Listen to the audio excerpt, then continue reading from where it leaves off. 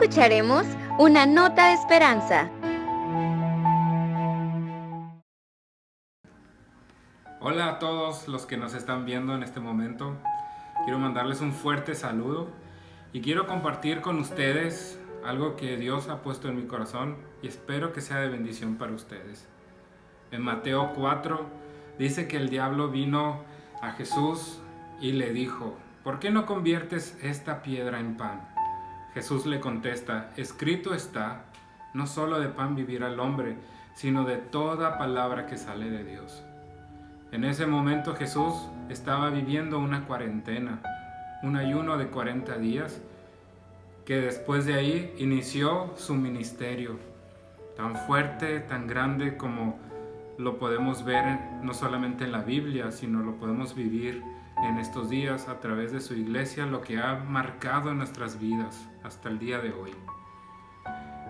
Quizás en este tiempo estás un poco aturdido, un poco desesperado porque la vida normal, la vida cotidiana, el salir a la escuela, el salir con tus amigos, el pasear, el trabajo, las vacaciones, no hay en este tiempo.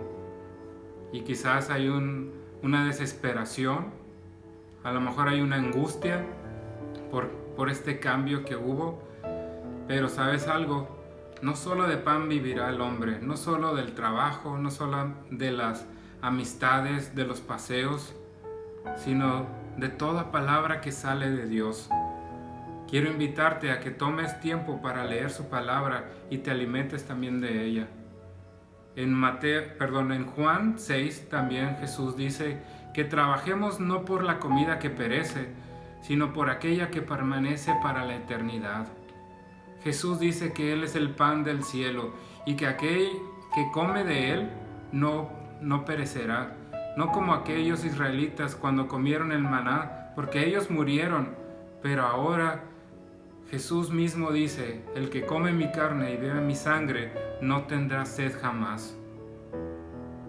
Cuando lo escucharon todos sus seguidores en ese momento, se les hizo una palabra muy dura, lo cual muchos le dejaron de seguir. Jesús voltea con sus más allegados, los 12, y les dice: si ustedes quisieran, también se pueden ir.